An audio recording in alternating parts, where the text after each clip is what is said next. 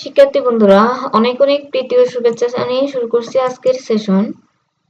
কেমন আছো সবাই? আশা করছি অনেক ভালো আছো, সুস্থ আছো, নিরাপদে আছো। শিক্ষার্থীরা, আজকে তোমাদের আমি শিক্ষণ অভিজ্ঞতা 6 ডিজিটাল প্রযুক্তি এবং বৈচিত্র্য এই অভিজ্ঞতা থেকে সেশন 4 নিয়ে আলোচনা করব।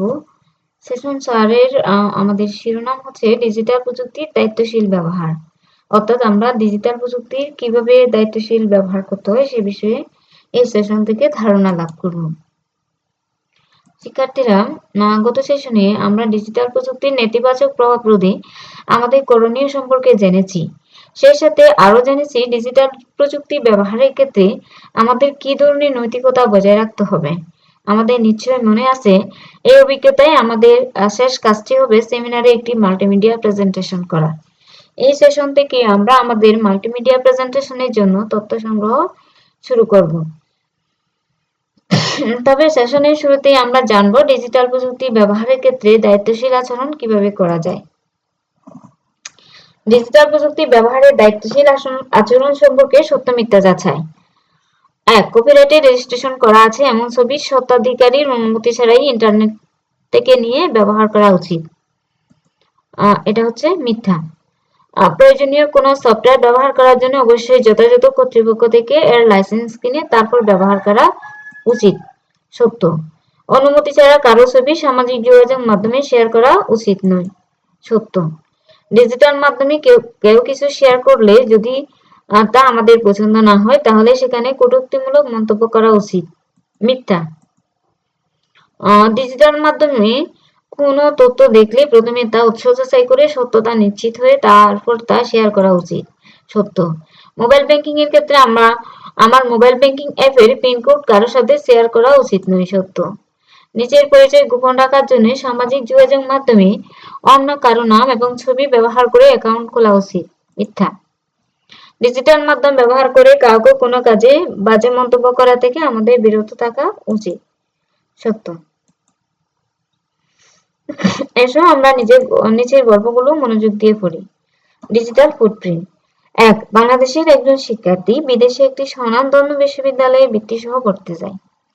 সেখানে যাওয়ার 1 মাস পর হঠাৎ সে একদিন জানতে পারল তার বৃত্তি সহ ভর্তি বাতিল হয়ে গেছে। এমনটা কেন হলো তা জানতে চাইলে তাকে বলা হলো যে তার ডিজিটাল ফুটপ্রিন্টে নেতিবাচক রিপোর্ট আসায় বিশ্ববিদ্যালয়টি তার ভর্তি বাতিল করেছে। কারণ আগে সে জঙ্গিবাদের সমর্থনে লেখা একটি অনলাইন প্রতিবেদন না বুঝে একটি সমর্থনমূলক মন্তব্য করেছিল। তার সেই ডিজিটাল ফুটপ্রিন্টটি বিশ্ববিদ্যালয়ের প্রশাসনের নজরে আসায় তারা তার বৃত্তি এবং ভর্তি বাতিল করে দিয়েছে। 2.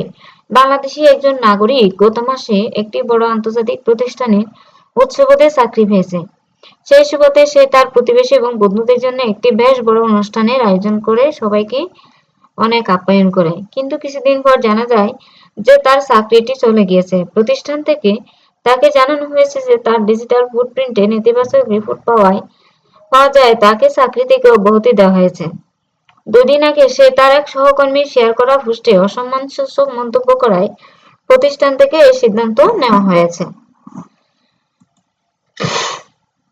গল্পগুলো পড়ে আমরা ডিজিটাল প্রযুক্তি পরে যেসব দায়িত্বশীল আচরণ করতে শিখলাম সেগুলো হচ্ছে ডিজিটাল মাধ্যমে কোনো তথ্য শেয়ার করা বা কোথাও কোনো মন্তব্য করার ক্ষেত্রে সতর্কতা বজায় রাখা, নিষিদ্ধ ঘোষিত কোনো সংগঠনের কোনো তথ্য আপলোড, ডাউনলোড, এমনকি সংশ্লিষ্ট কোনো পোস্টে লাইক, কমেন্ট, শেয়ার করা থেকে বিরত থাকা, অনলাইনে কারো সম্পর্কে কোনো ধরনের বিরূপ মন্তব্য করবো না, কোনো ধরনের উল্টাপাল্টা কথা ছড়াবো না, অজানা বা অসত্য তথ্য সম্পর্কে বা মিথ্যা তথ্য না জেনে সামাজিক যোগাযোগ মাধ্যমে শেয়ার করা থেকে বিরত থাকা, ডিজিটাল ফুটপ্রিন্টে কোনো ধরনের নেতিবাচক মন্তব্য করা থেকে বিরত থাকা।